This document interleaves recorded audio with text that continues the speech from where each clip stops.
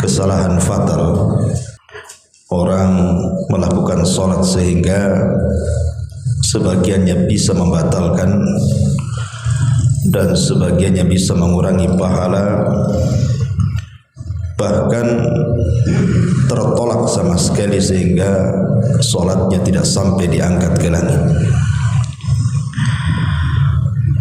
Ma'asyiral muslimin yang dimuliakan Allah Subhanahu wa taala, sebagaimana yang ma'ruf sering antum dengar bahwa awal yang dihisab oleh Allah Subhanahu wa taala pada hari kiamat adalah salatnya. Sebagaimana hadis yang dikeluarkan Al-Imam At-Tabrani dalam kitab Al-Awsat dari Abdullah ibn Qarat radhiyallahu anhu. Nabi sallallahu alaihi wasallam bersabda, "Awwalu ma yuhasabu bihil 'abdu yaumal qiyamati as-salat." Amalan hamba yang pertama kali dihisab di sisi Allah adalah salatnya. Fa in saluhat salatuhu saluha sairu amali. Kalau salatnya bagus sempurna, maka amalan-amalan yang lainnya dianggap baik. Tetapi wa in fasadat fasada sairu amali. Tapi kalau salatnya rusak, tidak memperhatikan, bahkan sampai membatalkan, maka amalan-amalan yang lainnya tidak dianggap. Dari sini kita tahu bahwa salat itu penentu. Sehebat apapun antum bersedekah, sekhusyuk apapun antum berpuasa, sebanyak apapun antum membaca Al-Quran, berzikir dan ibadah-ibadah yang lainnya, kalau solatnya bermasalah, maka yang lain ikut bermasalah. Makanya saya heran kalau datang Ramadan, banyak orang yang tidak solat, rajin pula dia puasa. Bahkan kalau ada yang tidak puasa, ditegur dia, kenapa kau tak puasa, katanya. Kalau ditegur, kamu aja sholat enggak, nanti dia ngeles pula. Ya masih mending lah aku tak sholat tapi puasa, katanya. Jadi intinya bahwa ini kan kesalahan parah, ikhwan. Bahkan para ulama mengatakan puasanya percuma kalau orang meninggalkan sholat 5 waktu itu. Dan yang lebih hebat lagi kalau kita bicara tentang keutamaan sholat, ikhwan. Salat itu justru amalan pertama yang akan masuk ke dalam kubur dan akan membela orang yang ada di kubur. Dalam hadis yang dihasankan para ulama dan juga dicantumkan oleh Syekh Albani dalam kitabnya Sahih Targhib dan Tarhib, dari hadis Abi Hurairah radhiyallahu anhu. Jadi kalau mayat itu dimasukkan ke dalam kuburan, maka dia sempat mendengar suara terompah sandal-sandal orang yang mengantarkan sampai pulang. Ketika dia sudah tidak mendengar sandal lagi, maka disabdakan Nabi SAW, kanatis salatu inda ra'si. Maka salat akan berjaga-jaga dari arah kepalanya. Jadi kalau ada malaikat mendatangi dia, maka solat langsung menghalaunya, dan solat akan mengatakan kepada malaikat ini, ma kibali madkhal, tidak ada jalan kemari untukmu, katanya. Lihat bagaimana solat menyelamatkan orang dalam kuburan. Makanya jangan dianggap remeh solat itu, karena itu amalan pertama justru yang akan membela kita dalam kuburan. Dan solat akan mengatakan kepada malaikat yang hendak menyakiti dia, ma kibali madkhal, tidak ada jalan untung, pergi kamu, katanya. Ma'asyiral muslimin yang dimuliakan Allah Subhanahu wa taala, bahkan salat itu sendiri adalah sebab terbesar orang ini diberikan nikmat oleh Allah pada hari kiamat. Dan nikmat yang akan diberikan kepada orang salat ini melebihi nikmat surga itu sendiri. Surga itu sudah nikmat. Orang kalau masuk surga itu udah luar biasa. Ma la ainun ra'at wala udhunun sami'at wala khatara ala qalbi bashar. Nikmatnya tidak bisa dilihat, didengar, terlintas pun tidak. Tapi orang yang menjaga salat ini diberikan oleh Allah kenikmatan yang jauh dibandingkan surga itu sendiri. Apa itu? Ru'yatullah azza wajalla. Diizinkan memandang Allah azza wajalla. Dan itu disabdakan di dalam hadis dari Jarir ibn Abdillah al-Bajali radhiyallahu anhu yang terdapat dalam Sahih Bukhari Muslim. Jadi kata Jarir ibn Abdillah al-Bajali, kunna julusan inda Rasulillah sallallahu alaihi wasallam id nadhara ila al-qamari lailata badrin. Kami sedang duduk-duduk santai bersama Rasul di malam hari. Dan ketika itu sedang bulan purnama, terang-terangnya. Maka Nabi SAW kemudian menyuruh para sahabat untuk memandang bulan. Kata Nabi SAW, amma innakum satarawna rabbakum kama tarawna hadzal qamar la tudamuna fi ru'yatihi. Kalian kelak pada hari kiamat, kata Rasul, akan memandang Allah seperti kalian memandang bulan di atas. Artinya kalian tidak akan berdesak-desakan saat memandang. Siapa yang mau desak-desakan memandang bulan? Tinggal didongakkan ke langit, nampaklah bulan itu. Artinya bahwa Allah Subhanahu wa taala akan terlihat dan tanpa ada kesulitan untuk memandangnya. Tidak harus berdesak-desakan kayak antum nonton sepak bola gitu kan. Tidak, cukup ke atas kiri nampak Allah. Tapi bukan Allah seperti bulan, bukan. Maksudnya yang disamakan ini melihatnya. Bukan zat Allah sama dengan bulan, tidak. Maksudnya melihat Allah sama dengan melihat bulan. Ya. Kemudian kata Nabi SAW, fa in istata'tum alla tughlabu an salati qabla tulu'i syamsi wa qabla ghurubiha faf'alu, kata Rasul. Maka jika kalian sanggup untuk tidak terkalahkan di dalam menjaga salat sebelum terbit matahari alias salat subuh, wa qabla ghurubiha, dan sebelum terbenam matahari alias salat asar, faf'alu, maka lakukanlah. Dengan itu kalian bisa memandang Rabb kalian.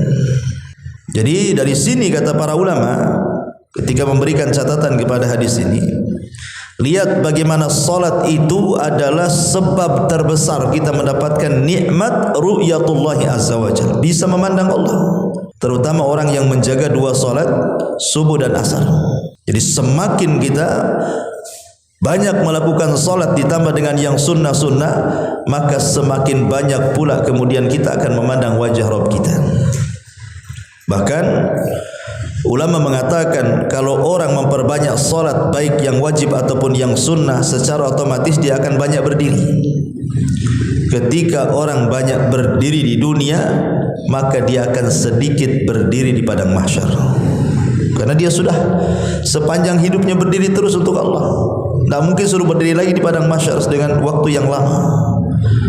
Maka dia tidak akan lama-lama berdirinya di padang mahsyar itu, karena dia sudah terlampau lama berdiri untuk Allah ketika di dunia. Lihat bagaimana keagungan salat. Dan nikmat memandang Allah juga bagi orang-orang yang menjaga salatnya itu disebutkan di dalam surah Al-Qiyamah. Antum bisa baca pada ayat 22 sampai 32. Ketika Allah Subhanahu wa taala menceritakan tentang kenikmatan penduduk sorga dan kenikmatan dan azab penduduk neraka, Allah katakan wujuhu yawma idzin nadhirah. Wajah-wajah orang-orang yang beriman pada hari itu berseri-seri. Kenapa? Ila rabbiha nadhirah.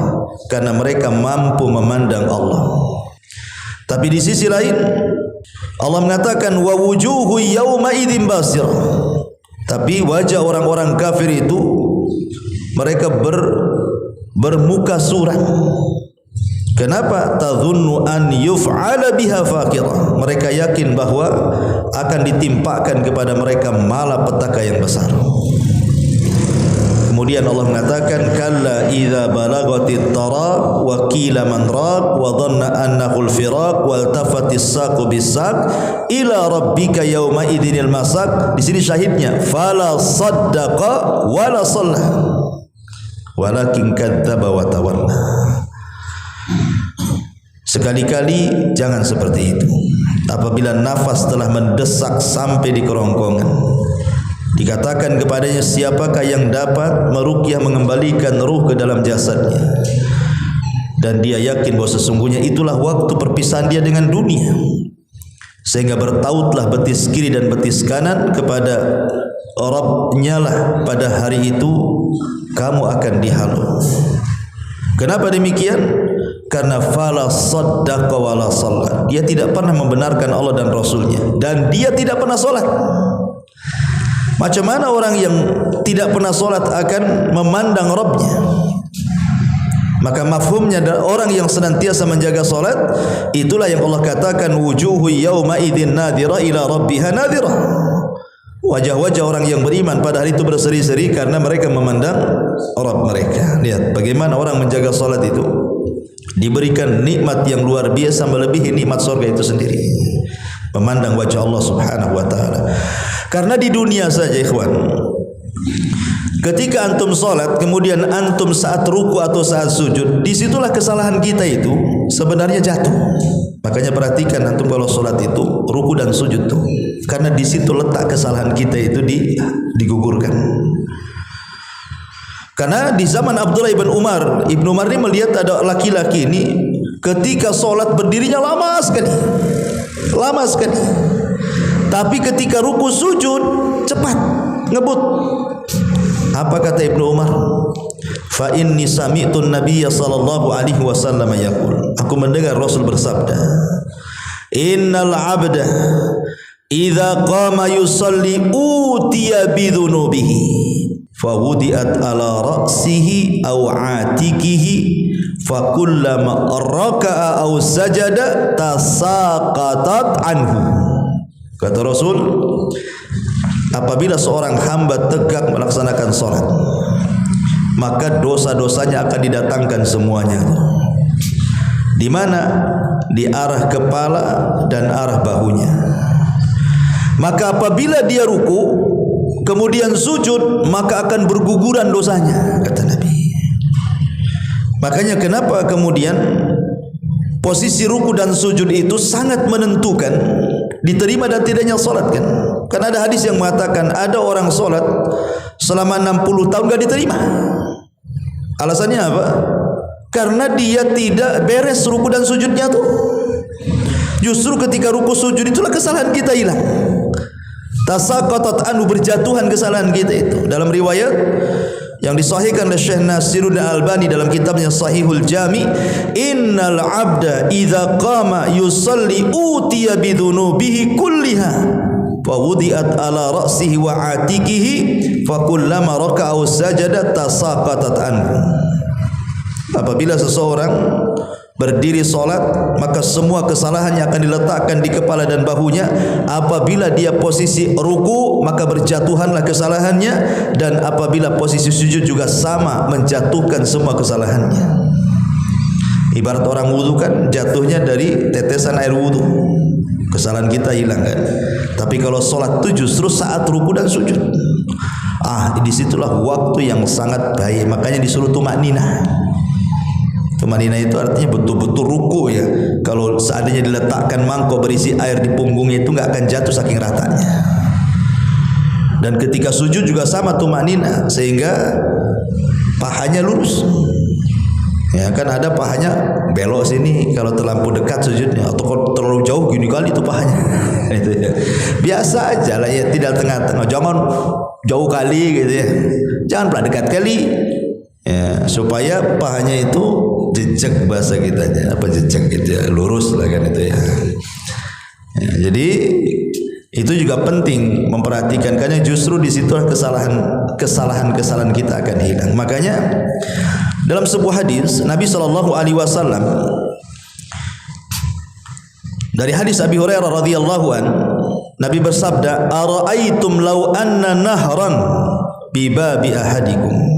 Bagaimana pendapat kalian kalau seandainya di depan rumah kalian itu ada sungai jernih bersih sekali, wa yaghtasilu minhu kulla yaumi 5 marrat, dan di antara kalian setiap hari minimalnya 5 kali mandi di sungai itu, hal yabqa min dharanihi syai'un, adakah daki-daki kotoran-kotoran di badan itu nempel kalau antum mandi sehari 5 kali? Qalu la yabqa min daranihi syai', enggak ada ya Rasul, pasti bersih lah.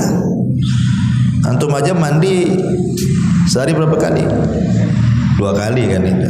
Ada juga yang 1 minggu tak mandi. Artinya kalau 1 hari lo mandi 3 kali udah bersih badan kita. Ini 5 kali itu, bayangkan apakah masuk angin antum? Tapi kalau antum lakukan 5 kali sehari setiap hari, apa enggak bersih badan itu? Kata Nabi SAW, fadzalikum mithlas salawatil khamsi yamhullahu biha khotoyaya. Itulah sama dengan solat juga. Kalau seandainya kita jaga solat 5 waktu, kemudian setiap ruku gugur kesalahannya, setiap sujud gugur kesalahannya, yamhullahu bihinna khotoya, maka kesalahan kita habislah. Kalau setiap ruku dijatuhkan kesalahannya, setiap sujud dijatuh, itu solat wajib saja tuh. Solat wajib saja berapa kali ruku sujud itu? Antum tambah lagi dengan sunnahnya, akalikan saja. Ya. Artinya keutamaan solat itu luar biasa. Gitu. Makanya kenapa sebenarnya kalau orang itu paham keutamaan di balik solat itu, terangsang dia solatnya nggak asal-asalan, ya kan? Sayang gitu ya, setiap hari kita ini solat. Itu waktunya kita membuang dosa, tapi tidak ada dosa pula yang dibuang dari situ. Makanya Nabi SAW sangat memperhatikan kondisi solat, terutama dalam posisi ruku dan sujud itu. Baik, kita akan menyingkat beberapa kesalahan. Singkat aja ya kalau kita jelasin. Ada kitab bagus namanya Akhtaul Musallin, kayak karya masyhur Hasan Salman, salah seorang murid dari Syekh Albani, itu bagus sekali ya, banyak tuh. Tapi saya tidak mungkin mengemukakan semuanya karena waktu juga. Kita akan sesingkat-singkatnya saja. Kita mulai dari wudu dulu, ya, karena solat itu tidak sah kecuali dengan wudu. Pertama, terkadang orang ketika wudu lupa membaca basmalah. Memang pendapat yang sahih, orang yang lupa membaca basmalah itu sah wudunya.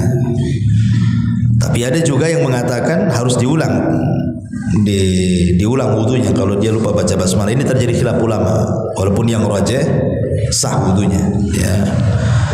Tetapi kan kalau sudah ada khilaf ulama seperti ini kan kita tidak tahu mana dikhawatirkan yang kuat yang batal, yang ataupun mungkin yang kuat yang tidak batal. Kita tidak tahu. Kalau sudah khilaf ini, masalahnya repot.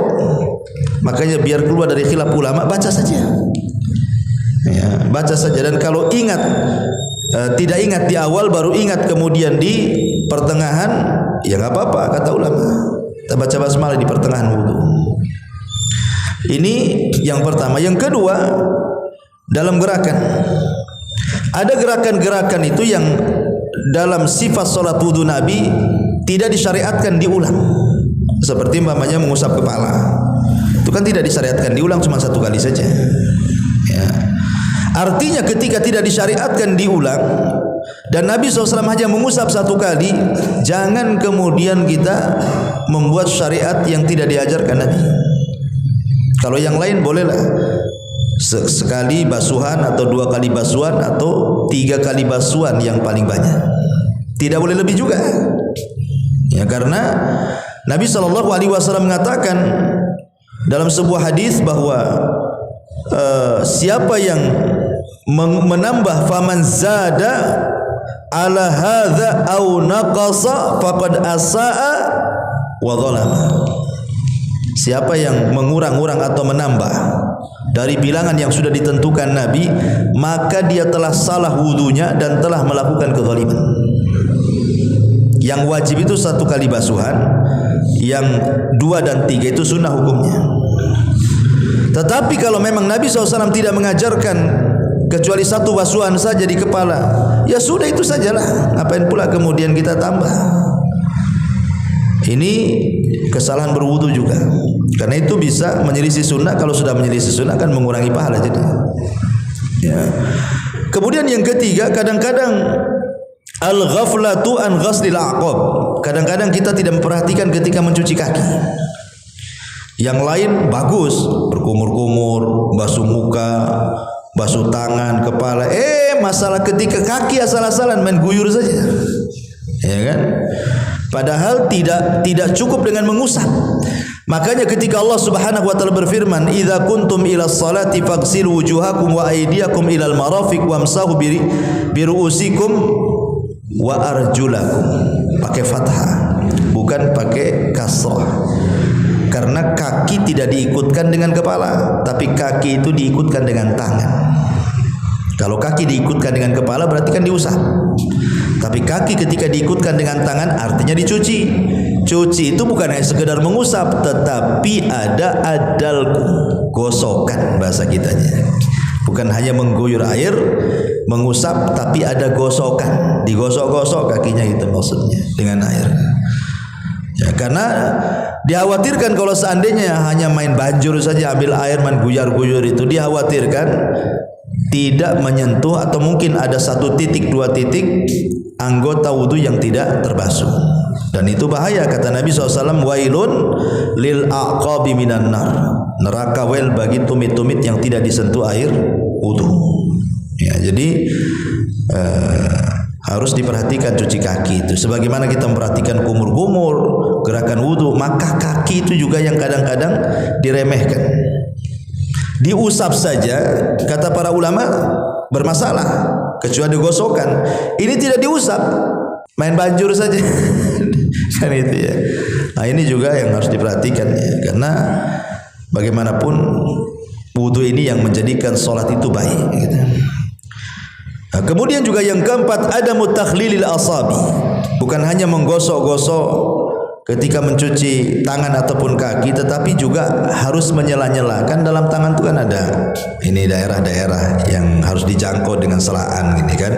Nah, seperti begitu juga kaki itu. Kalau tangan mungkin masih lah gini-gini. Kadang-kadang kaki tidak. Nah, itu lu menyela-nyela juga bagian daripada sunnah. Karena Rasul mengatakan isbaghil wudu wa khallil bainal asabi. Sempurnakan wudumu dan jangan lupa menyela-nyela bagian yang harus disela, terutama di tengah-tengah jari.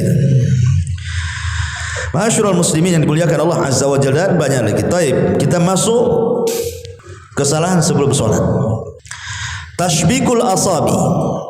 Ada orang yang ketika menunggu sholat itu tashbik. Tashbik itu begini ya, begini. Ini tidak boleh.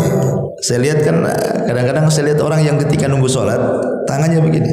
Nah, kalau gini nggak masalah, atau gini kedinginan gitu kan. Kalau gini, ya ini yang nggak boleh. Nah, tashbik itu memasukkan jari kanan kiri seperti ini, kemudian gini ya. Nggak boleh. Karena ada hadis Nabi SAW, "Idza tawadda'a ahadukum fi baitihi tsumma atal masjid." Apabila salah seorang dari antara kalian berwudu, kemudian mendatangi masjid, kana fi salatin hatta yarji, maka dia dianggap di dalam salat sampai dia kembali. Kemudian kata Rasul, fala yakul hakadha wasabbaka baina asabi. Kata Rasulullah, jangan kalian lakukan seperti ini. Kemudian beliau sabbak, ya, menyatukan jari kiri kanan dan memasukkannya. Jangan seperti ini. Tak boleh seperti ini. Maksudnya dalam posisi menunggu sholat, ya, dalam posisi menunggu sholat saja. Antum masuk ke masjid, ini belum qomat. Nah, itu yang dilarang. Tapi kalau sudah sholat di masjid, antum mau duduk begini ya nggak ada masalah. Karena di sini larangannya adalah menunggu sholat, karena dianggap main-main. Ya, ini kesalahan juga sebelum sholat. Ini yang pertama. Yang kedua, al-israfil khuta ilal masjid, buru-buru. Ya, kayak mau dikejar-kejar apa gitu kan. Apalagi kalau sudah imam Allahu Akbar ruku. Wah, itu langsung takut gak dapat ruku. Karena dapat ruku dapat 1 rakaat masalahnya kan. Ya. Kadang-kadang wudunya asal-asalan kan. Karena buru-buru wudunya tuh.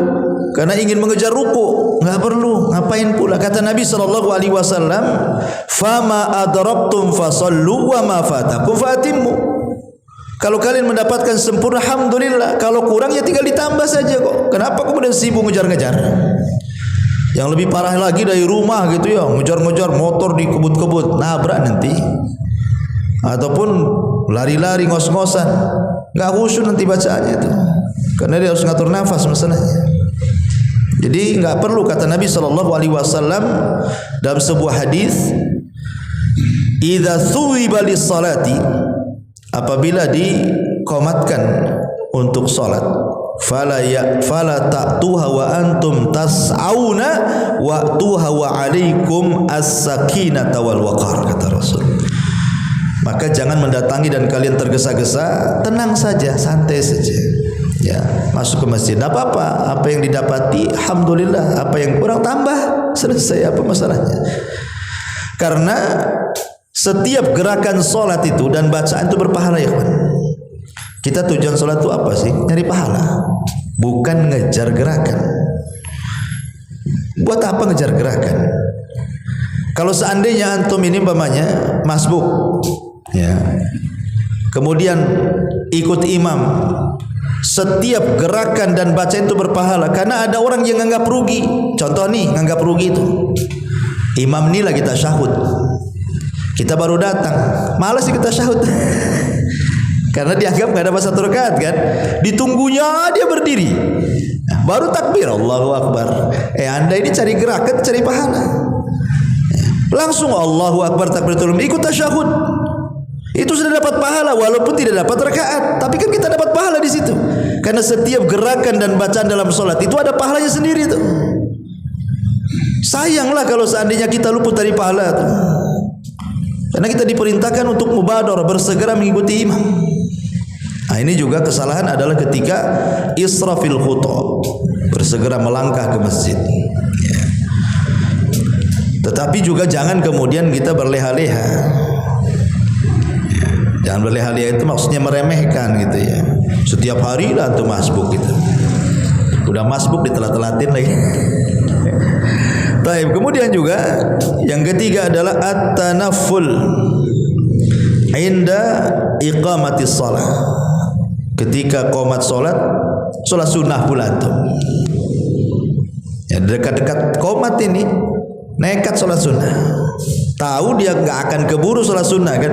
Kalau sudah tahu jarak ke qomat itu sedikit, jangan salat sunnah. Kecuali kalau masih lama, baru adzan kan masih lama. Ya, tapi kalau sudah nampak, apalagi kan sekarang di masjid-masjid itu kan ada itunya ya, kayak layarnya kan, jam sekian masuk, nanti bunyi itu tut gitu kan. Nah, udah nampak nih, nah ini tinggal 2 detik, mana bisa saya. Karena yang sudah sholat sunnah saja kalau didengarkan qomat batal kan gitu, dibatalkan, bukan batal sholatnya, dibatalkan. Kenapa dibatalkan? Karena dia rugi, kemudian dia memperjuangkan yang sunnah, kemudian luput yang wajib.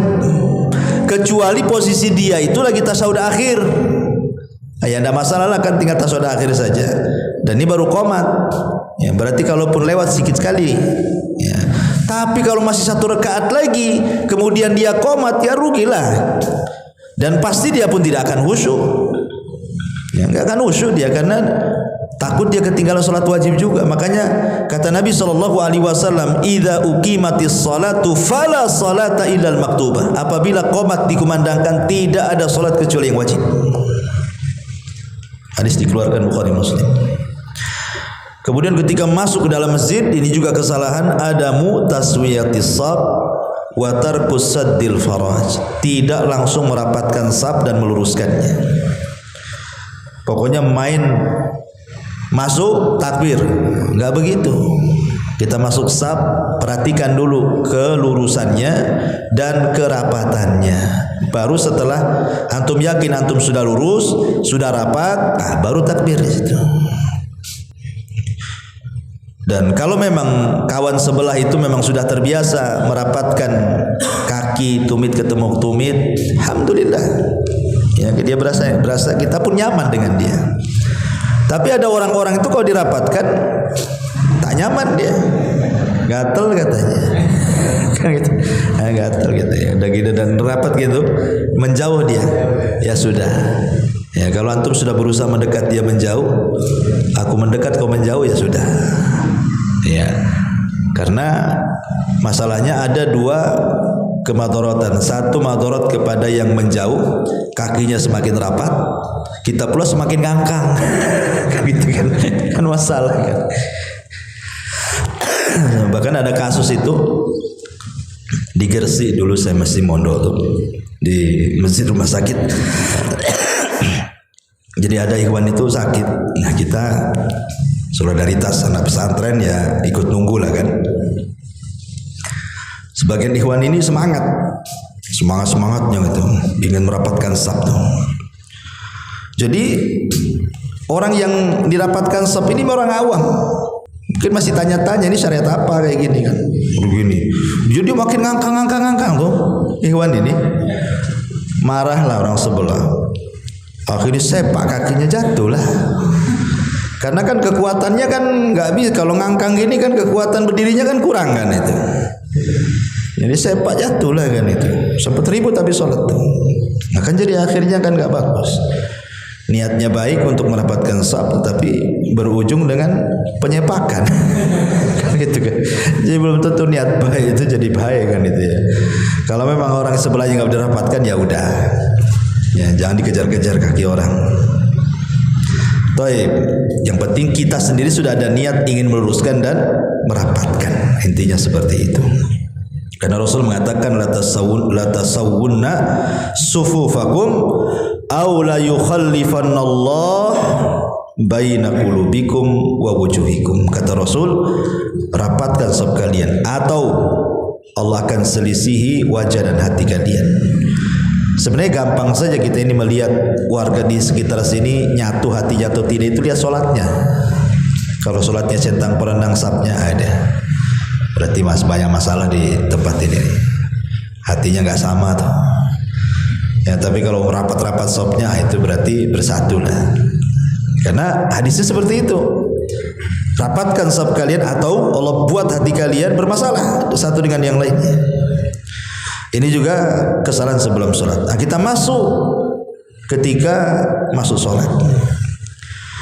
Kesalahan pertama adalah ada tuma'ninati fis sholat. Tidak tuma'ninah. Tidak tuma'ninah seperti tidak meluruskan sewaktu ruku dan tidak tuma'ninah meluruskan sewaktu sujud. Nabi SAW beliau bersabda kepada orang yang tidak tumaninah ketika ruku dan sujudnya, kata Rasul, irji fasalli fa innaka lam tusalli. Ulangi solatmu, kau belum dianggap solat. Sampai 3 kali Rasul, ulangi solatmu, kau belum solat. Jadi sahabat ini mengatakan, ya Rasul, saya tidak bisa melakukan yang lebih baik daripada ini, katanya. Karena sudah 3 kali diulang. Maka Nabi memberitahu kesalahannya apa. Kata Nabi SAW, idza kumta ila salati fakabbir thumma qra' ma tayassara ma'aka minal Qur'an. Apabila engkau menuju salat, bertakbir, kemudian baca yang mudah untukmu, jangan yang sulit-sulit dibaca. Makanya sebagian para ulama mengatakan makruh hukumnya salat wajib melihat mushaf. Karena di masjid itu taruh mushaf kan. Ya. Itu tidak disyariatkan kalau salat wajib. Kalau salat sunnah nggak apa-apa. Salat malam antum ingin 30 juz baca Quran nggak masalah. Ya, tapi kalau salat wajib jangan. Karena di sini Rasul mengatakan apa? Tsumma qra' ma tayassara minal Quran, baca yang mudah. Kalau Al-Baqarah tidak hafal, Al-Fil. Ya. Kalau surah sapi betina tak hafal, surah gajah aja lah. Kan Al-Baqarah panjang, Al-Fil kan cuma sejengkal aja. Ya. Ya, karena kita disuruh yang mudah saja, jangan takalluf. Kita sedang sholat wajib masalahnya. Kalau sholat sunnah nggak apa-apa, pegang Quran duduk aja boleh, kita sholat sunnah itu. Kalau sholat wajib kalau bisa jangan takalluf, jangan membebani diri. Tsummarka hatta tatma'inna rakian. Kemudian ruku sampai tumakninah rukunya.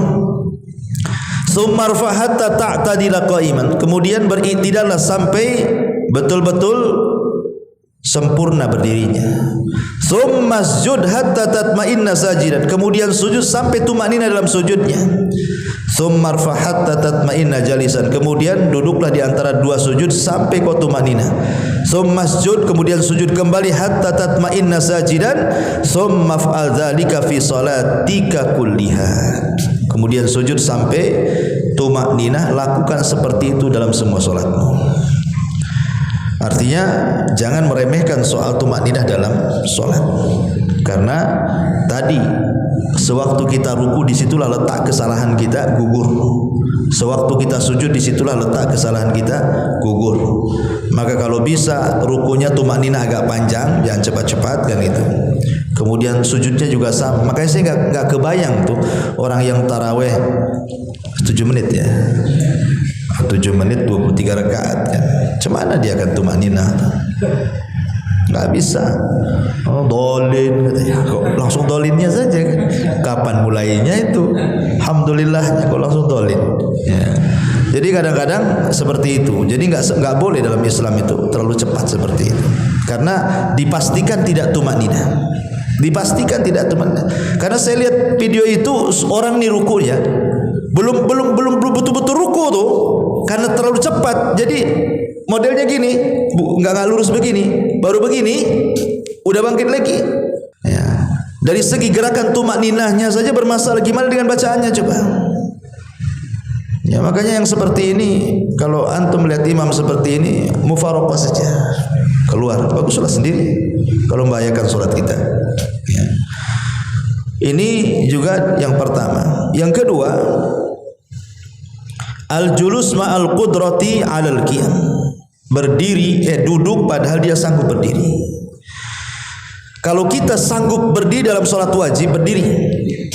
Umpamanya antum habis kesandung, agak sakit lah kaki itu, tapi masih bisa berdiri.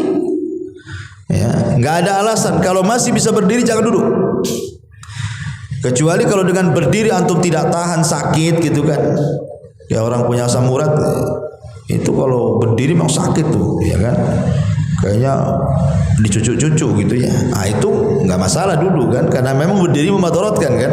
Sebab kalau tetap berdiri dengan menahan sakit nggak akan khusyuk kan gitu dia bacaannya kan. Tapi kalau dia sanggup berdiri jangan duduk, karena berdiri dalam sholat wajib itu rukun. Kalau dia sanggup berdiri kemudian duduk batal sholatnya, karena meninggalkan rukun masalahnya. Lain kalau sholat sunnah boleh.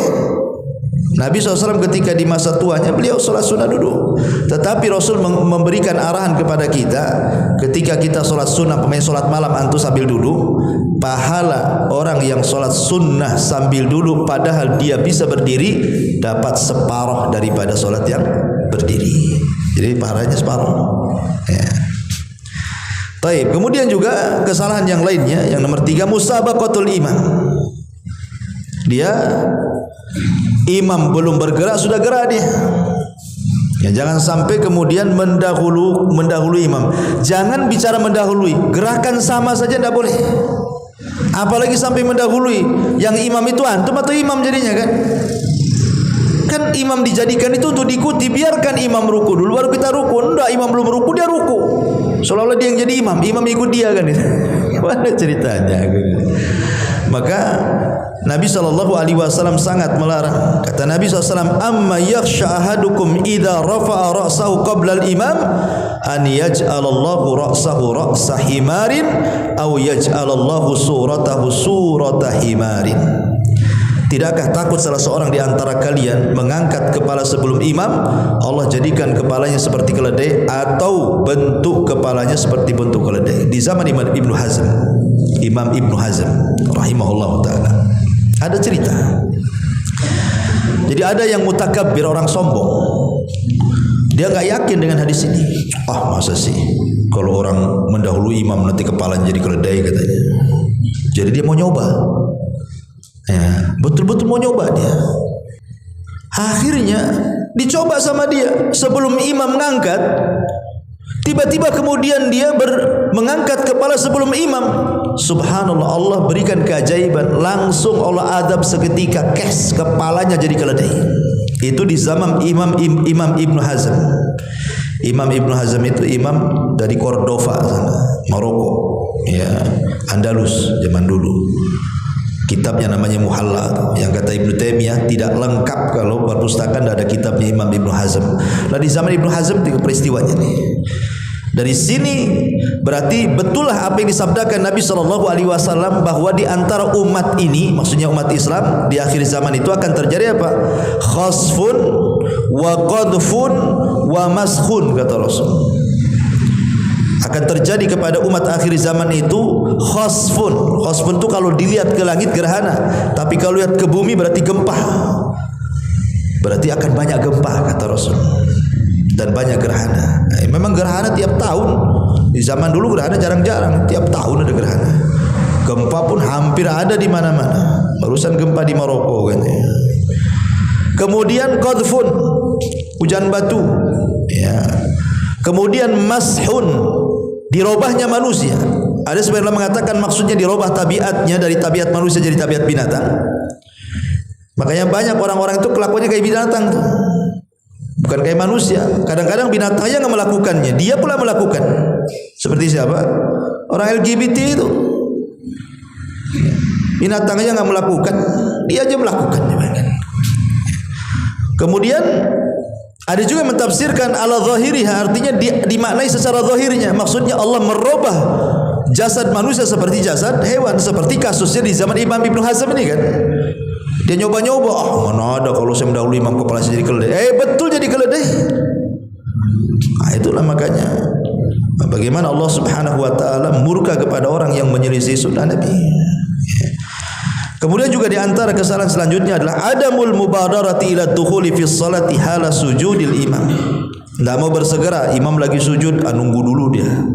Imam lagi tasyahud, nunggu dulu. Pokoknya dia maunya ketika imam berdiri mau ikut dia. Kalau selain posisi berdiri atau rukuk nggak mau ikut dia. Nah, ini juga kesalahan. Karena imam dijadikan untuk diikuti, sudah saya jelaskan tadi. Bahkan ada hadis Nabi mengatakan, idza ji'tum ila sholati wa nahnu sujudun fasjudu wala ta'udduha syai'an. Apa kata Rasul? Kalau datang kalian dan kami sedang sujud, bersegera ikut gerakan, kata Rasul. Hadis dikeluarkan Nabi Daud.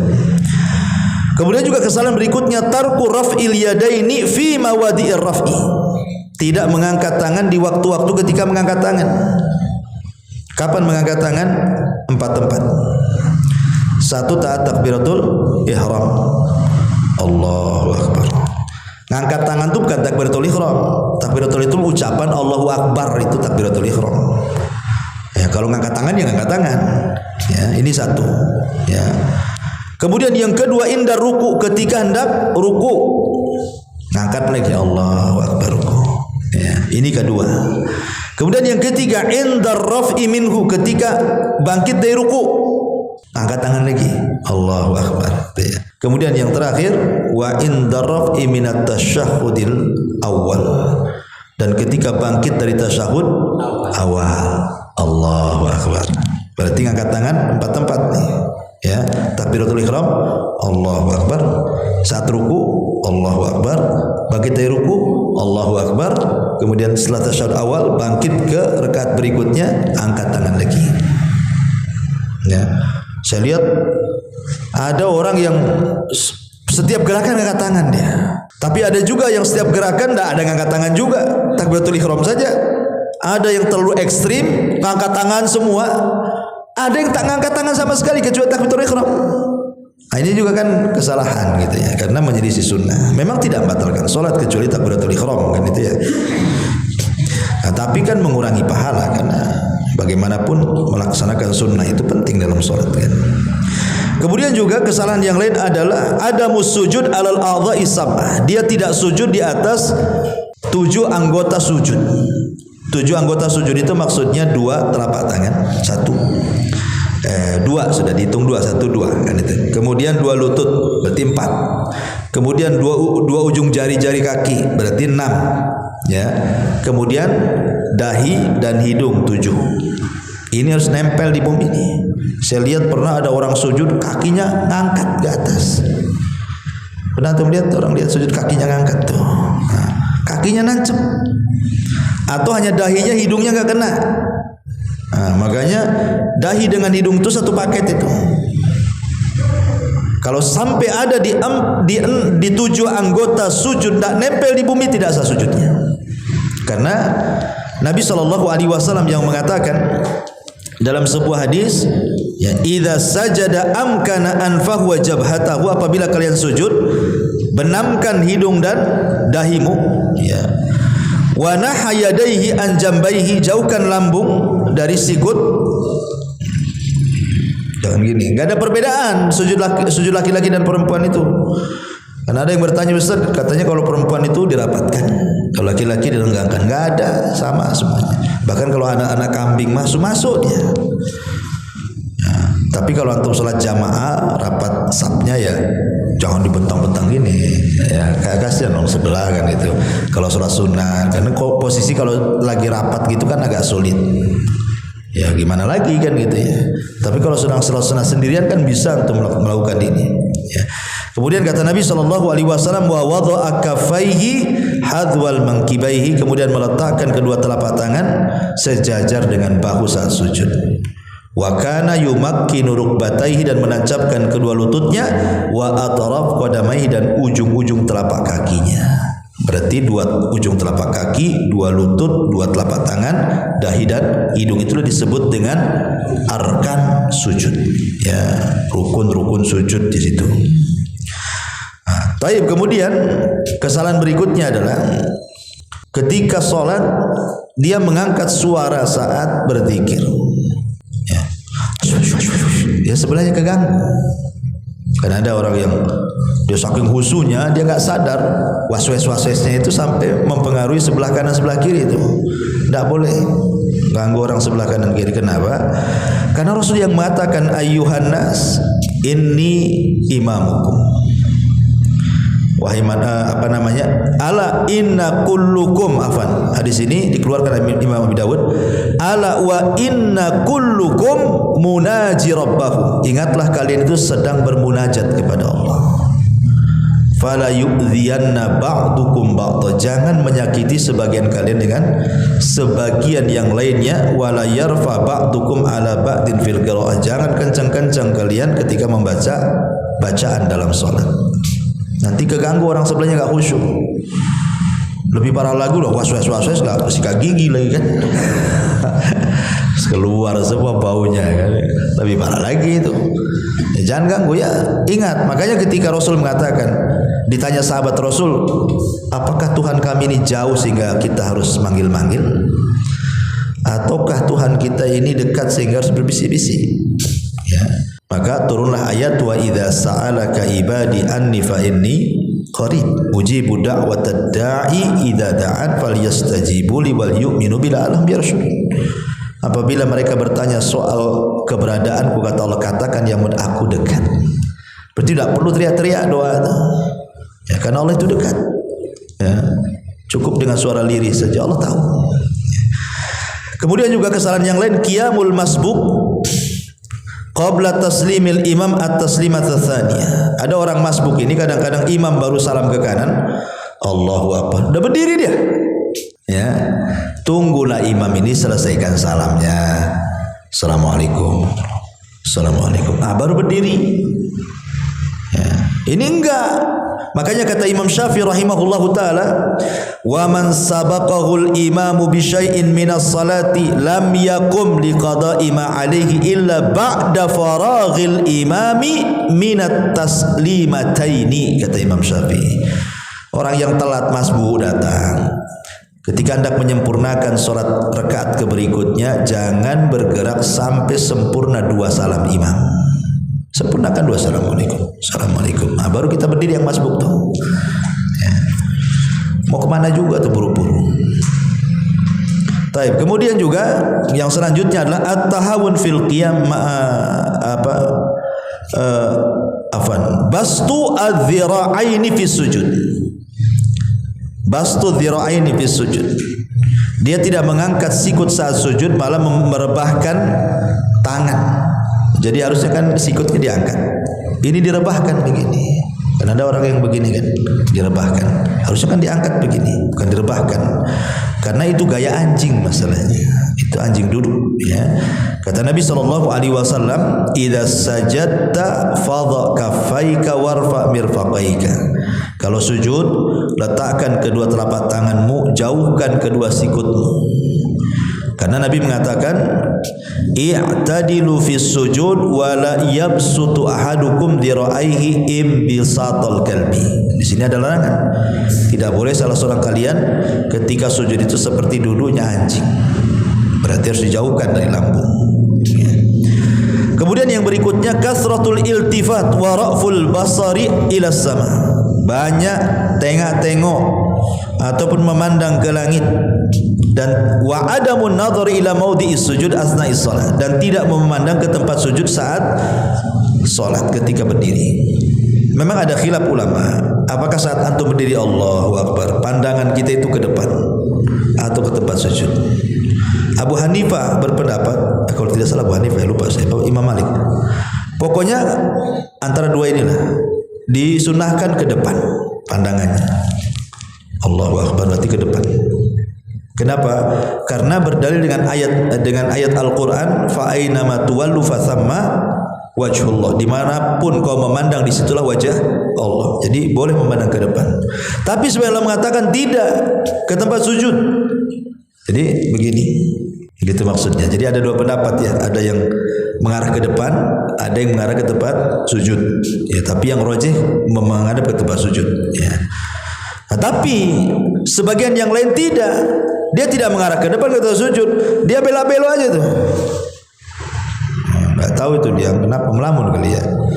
Ya. Apalagi kalau umpamanya ada cicak jalan kan, perhatiin cicaknya kemana-kemana masuk. Lagi sholat kan, ini kan bahaya. Apalagi kalau sampai kawin, makin khusyuk lagi nengoknya kan.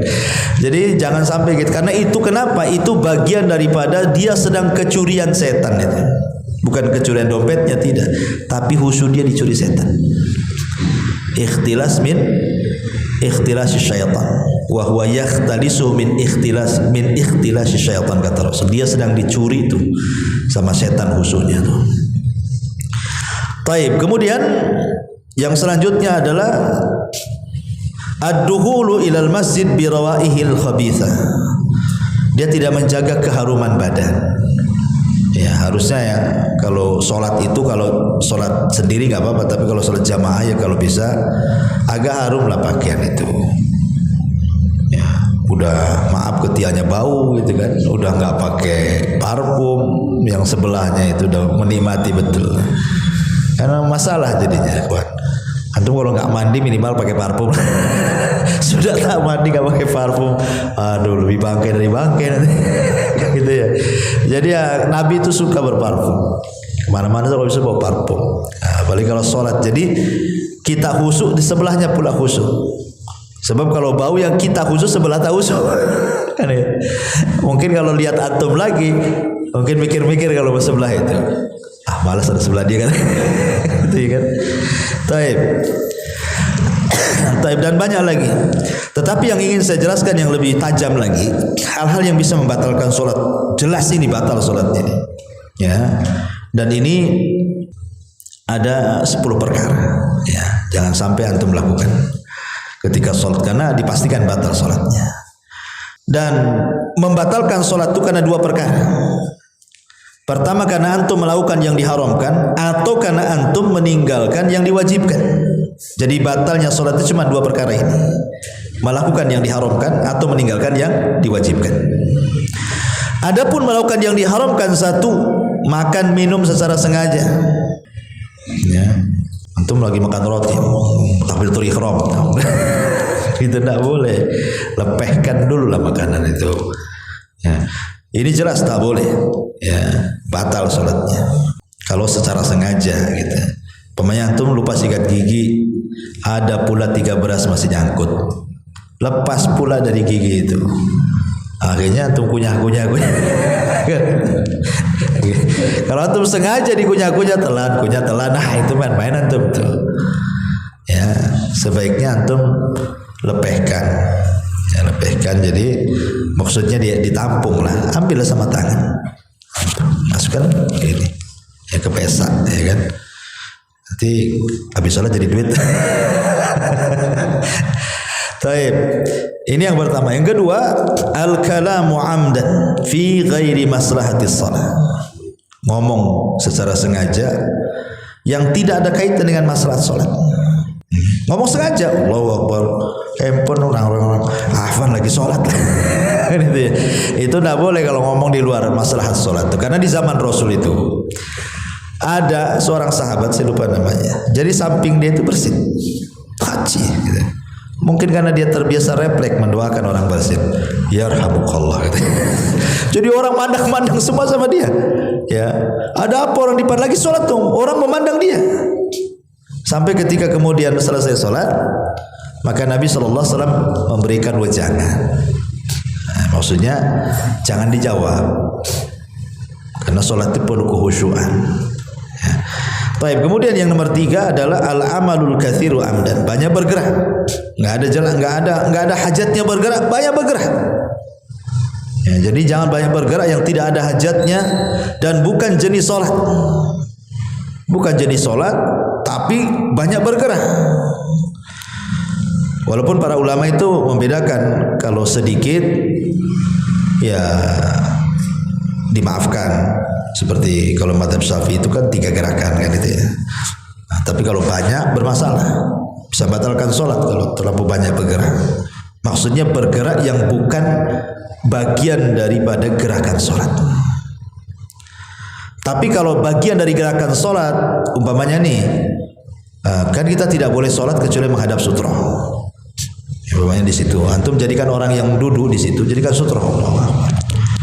Kemudian pergi pula dia. Kalau hanya 2 langkah ke sini, nggak apa-apa, dekat. Tapi kalau antum jadikan sutra di situ, pergi dia, antum jalan sampai sini, jalan-jalan itu namanya. Nggak usah. Ya, kalau masih memungkinkan selangkah 2 langkah nggak apa-apa. Tapi kalau jauh kali, nanti orang nengok sholat gaya apa itu? Ini sholatnya Wahabi. Kalau salah kan itu. Baik. Kemudian yang nomor 4, adz-dzahiku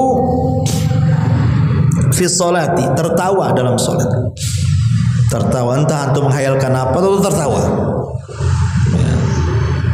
Kan kadang-kadang itu. Kadang ada juga orang cerita itu dia tertawa gara-gara lihat anekdot di kaos orang. Allahu Akbar. Tengok mungkin ada anekdot di situ, bahasa apa terbaca, ketawa dia, batal sholatnya. Makanya jangan ganggu orang sholat. Kalau tahu kaos-kaos itu jangan. Ini mesti politik nih maksudnya. Kaos partai. Sampai ada cerita itu, ketika dia tasyahud itu kan gini, sekali yang di sampingnya nomor turut 2 jadi gini tasyahudnya. Berarti bolonnya lagi. Ini kan main-main aja sholatnya. Kemudian juga yang nomor 5, al-khata'u fil qiraati idza ghayyara al-ma'na. Ya, kesalahan dalam bacaan yang sampai merubah makna.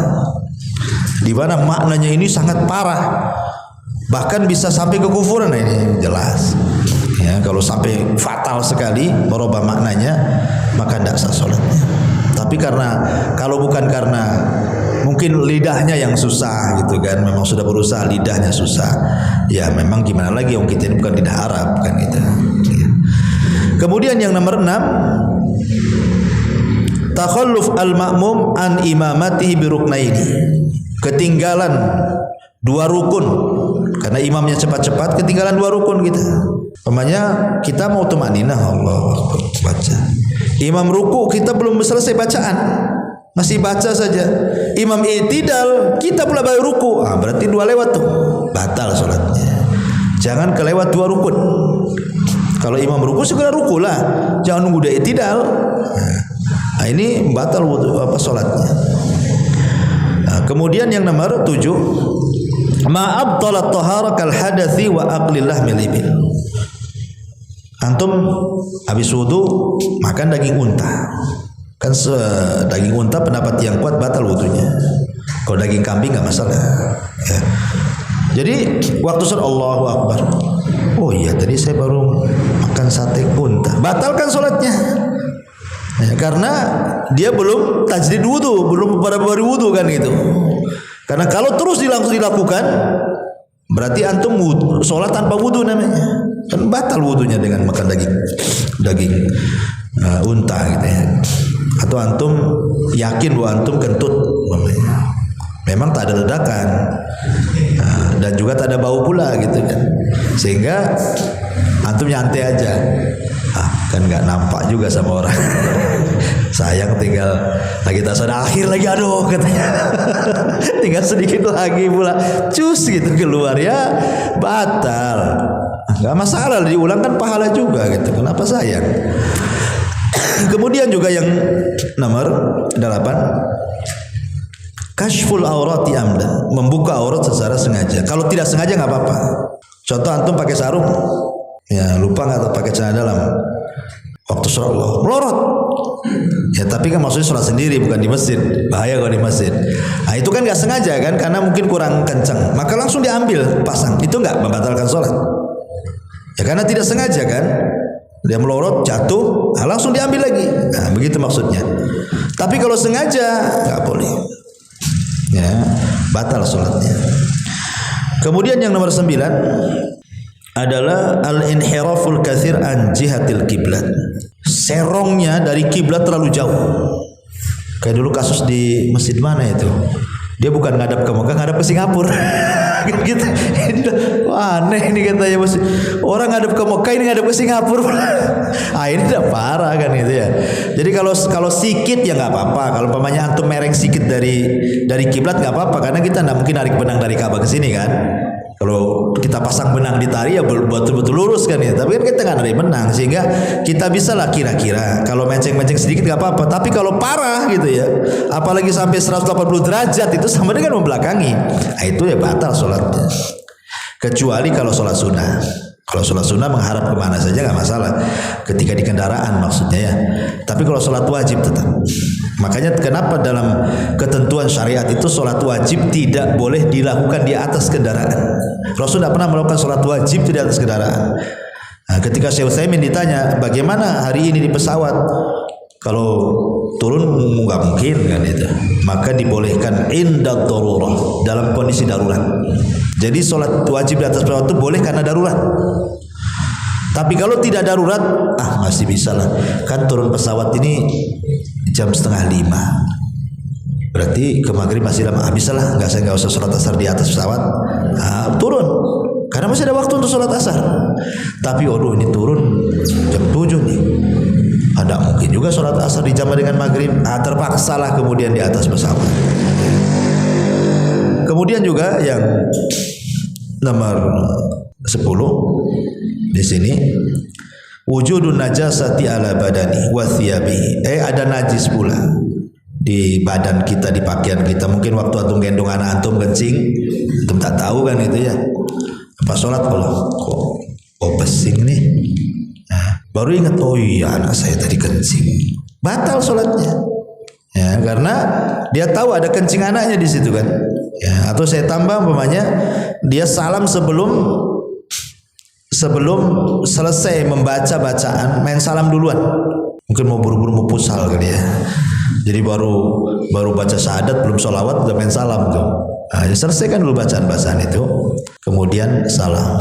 Kalau memang pemanya yang sunnah nggak dikerjakan ya nggak apa-apa, seperti berlindung dari 4 perlindungan kan sunnah saja dibaca. Allahumma inni a'udzubika min adzabi jahannam wa min adzabil qabri wa min fitnatil mahya wal mamat wa min fitnati syarri masiihid dajjal. Itu kan sunnah saja dibaca. Kalau itu nggak dibaca nggak apa-apa. Tapi kalau tahiyat, syahadat, sholawat itu harus dibaca. Ya, nggak boleh tinggal gitu ya. Ini karena bisa membatalkan sholat nantinya.